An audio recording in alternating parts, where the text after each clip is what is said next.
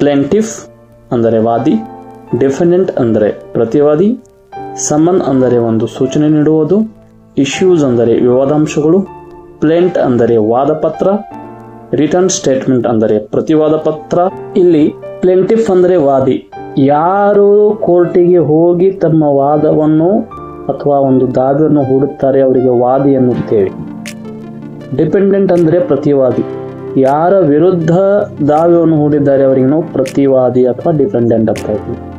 Summon ಅಂದರೆ ಒಂದು ಕೋರ್ಟ್ನಿಂದ ಹೊರಡಿಸುವ ಒಂದು ಸೂಚನೆ, ಎದುರಿನ ವ್ಯಕ್ತಿಗೆ ಕೋರ್ಟಿಗೆ ಸಂಬಂಧಪಟ್ಟಂತಹ ವಿಷಯದಲ್ಲಿ ಹಾಜರಾಗುವುದಕ್ಕೋಸ್ಕರ ನೀಡುವ ಒಂದು ಸೂಚನೆಯಾಗಿದೆ, ಅದಕ್ಕೆ ಸಮನ್ ಅಂತ ಹೇಳ್ತೀವಿ.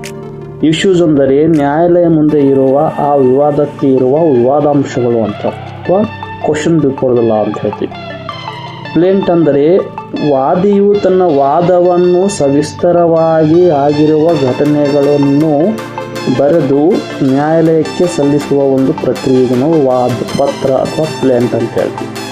ರಿಟರ್ನ್ ಸ್ಟೇಟ್ಮೆಂಟ್ ಅಥವಾ ಪ್ರತಿವಾದ ಪತ್ರ, ವಾದ ಪತ್ರವನ್ನು ಸಬ್ಮಿಟ್ ಮಾಡಿದಾಗ ಅದನ್ನು ಆಧಾರವಾಗಿ ಪ್ರತಿವಾದ ಪತ್ರವನ್ನು ರಚಿಸುತ್ತಾರೆ.